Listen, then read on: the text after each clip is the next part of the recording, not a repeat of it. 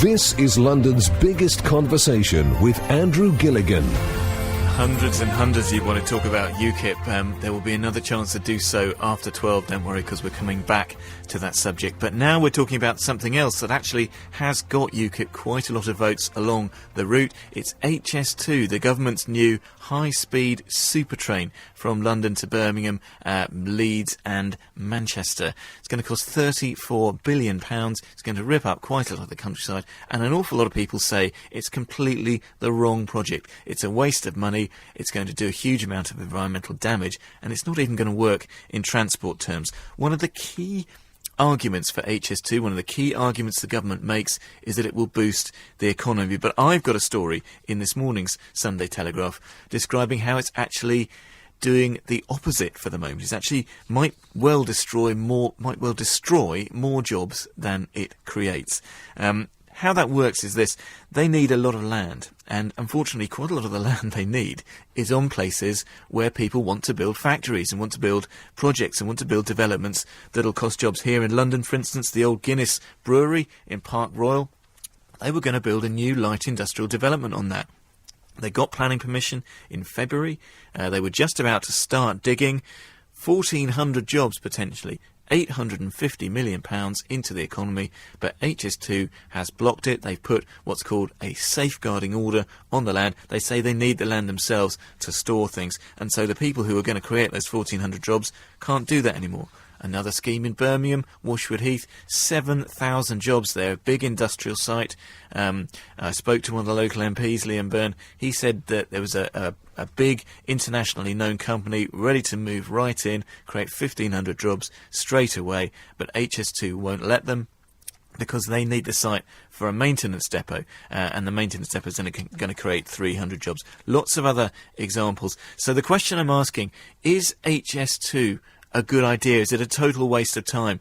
What do you think? 0845 60 60 973. HS2, the high-speed super train from London to Birmingham. Is it the stupidest use of £34 billion? Shouldn't we be doing something more with that, like maybe paying down our debt or helping out people who are in difficulty, rather than spending £34 billion on a high-speed train that's actually going to cost jobs as well as create them? 0845 60 60 973. Is the HS2 the project the government's biggest embarrassment? Certainly cost the Tories a lot of votes in the Shire counties last week. Got UKIP a lot of votes. They won all the seats along that line in Buckinghamshire. Pretty much all the seats. Great Missenden, Wendover, lots of the seats in Aylesbury, Stone and Waddesdon. They all went to UKIP, and that's because of HS2. But is it a good project more generally? That's what I'm asking. 0845 60 60 973. HS2, white elephant or what? Let's talk first to Penny Gaines, who's chair of Stop HS2, the group campaigning against the high-speed line. Hello, Penny. Hello, Andrew. What do you think about this story? You another nail in HS2's coffin, really, isn't it? Yeah, it is. I mean, we first brought up the Washwood Heath site in Birmingham in 2011, so it's something that the politicians who are pushing HS2 should be well aware of. It's sufficient concern to people like the Birmingham MP that he's had a debate in Parliament about it, and yet concerns about the jobs that could be created now and aren't because of HS2 are being sort of brushed aside by people who say, well, look, absolutely wonderful in 20 years' time. But what the economy needs is it needs jobs now, it needs people getting back into work now. The Washwood Heath site is quite important because it's one of the unemployment black spots in Birmingham, and yet people like Patrick McLaughlin are saying, oh, well, that doesn't actually matter because in 20 years' time there might be some jobs. But when you actually look at the kinds of jobs that HS2 Limited say will be produced, they're going to be mainly the kind of jobs that working in stations, sort of station cafes, station shops, rather than the skilled jobs that the Sergo Park site and the Washwood Heath site would be able to provide now. Now, the government is saying that it actually might create as many as 100,000 jobs. That's quite significant, isn't it, Penny? I mean, that's not to be sniffed at. Well, when you actually look at the details, they say things like it might support the creation, and that means that we think that people might be able to use the train to get to work, possibly, maybe. And when you actually analyse it, it's exaggerating the possibilities. It's this idea that unless they spent £33 billion on this particular railway, they wouldn't get those jobs. They haven't looked at the alternatives. They haven't looked at the alternatives in transport terms. They've dismissed every time we bring up this idea that video conferencing and digital technologies will have an effect. You don't need a train to get those jobs. That's right. You do need infrastructure, but you don't need a train. The fact is, if I had £33 billion of government money to spend, I think I could probably create jobs a bit more quickly and a bit more effectively than by building a high-speed train to Birmingham. Absolutely. One of the key things about the HS2 thing is the money's all going to be coming from taxpayers to build the train, to build the tracks. Whereas if the government was thought it through a bit more, they could do some of the things where they set up the environment that private companies could put in their money. There's no private companies who want to build the HS2 tracks. There are some who might want to run it, possibly subsidised by the government later in 20 or 30 years' time.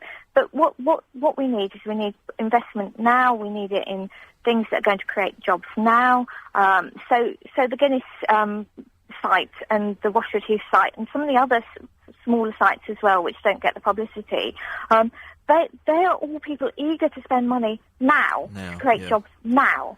And the government's saying, well, no, not now. Don't need it now. 20 years' time, that's fine. It's an excellent point, Penny, you make. Hold on the line a second, because actually that's right. The government is selling HS2 as part of the way to get out of the economic difficulties we're in. But frankly, even the first section won't open until the 2020s. And if we're still in economic difficulty in 10 years' time, then no amount of high-speed trains are going to be able to solve us. But am I being unfair to HS2 is a question that you might want to consider, that the country does need transport links. Lots of other places have got high-speed rail. We're lagging behind. 0845 60 60 973. Penny Gaines, Chair of Stop HS2. Aren't you being just a bit NIMByish? I mean, basically, the opposition to this is led by wealthy people in the shires who don't want nasty, noisy trains near their expensive houses.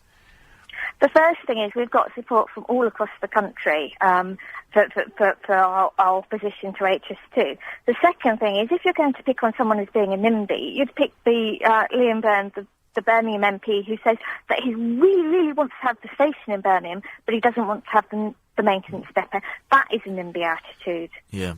What about the politics of this, Penny? I mean, I was, like I mentioned before, looking at the election results all along the line. The Tories did very badly. They lost control of Warwickshire, which HS2 is going right through. Of course, they lost control of Oxfordshire, which is also affected. The northwest corner of Oxfordshire, northeast corner of Oxfordshire is affected by HS2. And they lost seats all along the line in Buckinghamshire, all along that route from Missenden to Wendover to Aylesbury to Stone and Waddesdon. There's a real HS2 effect, but the government doesn't really show any signs of listening to that, does it? That they are going to put it in their Queen's speech next week, we're told. They're just going to press ahead.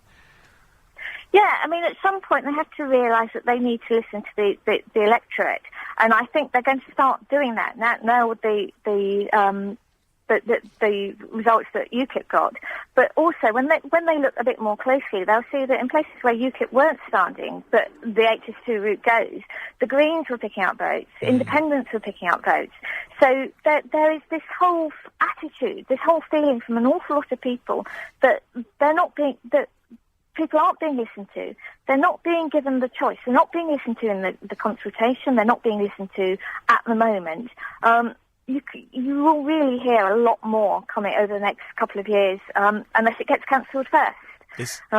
This is something we were hearing from a lot of our callers in the first hour. They were saying the main parties don't provide a serious alternative. They don't listen to the people. And of course, on this, that may or may not be true for a lot of policies, but on this it is true. All three of the main parties support HS2. OK, the Tories in Buckinghamshire locally don't, but nationally they do. Of course, they're driving it through. And this is one of the kind of areas where UKIP might be able to make some difference. Possibly. It's worth noting that the Greens are opposed to HS2 as well, and it's one of those things where when you get both UKIP and the Greens opposed to the same policy, you realise it's something that's more fundamental than just sort of dissatisfaction with a few politicians or the Conservatives or whatever. But the point I'm making about the lack of alternatives, there's, it's one of these schemes that all the major parties support. People feel a bit powerless. There's no one to vote for except UKIP and the Greens, but people are doing that now, aren't they? They are indeed. The government will listen, or they'll lose votes. There's no two ways around it. OK, Penny Gaines, Chair of Stop HS2, thank you very much indeed for that.